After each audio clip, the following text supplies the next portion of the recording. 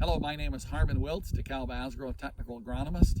Today we're out looking at some alfalfa this spring. It's been kind of a cool spring. Seems like the alfalfa isn't coming, and some places you wonder, is it coming? So we're just out in this alfalfa field, brought my handy dandy shovel along to dig up a few plants, got the shovel for that, got the knife here to cut some plants open and just see how are they actually doing from that perspective. So if you zoom in and take a look here, I've really got three different plants here. The first one here looks a little bit rough, doesn't it? Looks real tough.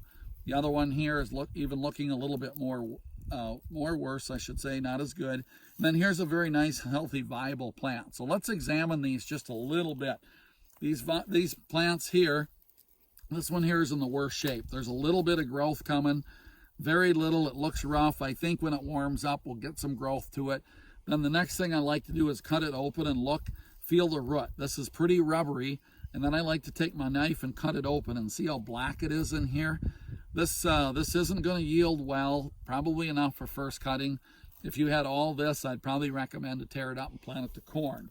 The next one you can see has got a little more growth to it, looks a little bit better, but it's still rubbery, and when we open it up, it's just as bad, if not worse, in that crown area. So this is a plant I wouldn't count on for the whole year. And then if we get to this nice plant here, see the growth? They're the same age, same field, same everything, but lots and lots more growth on this one.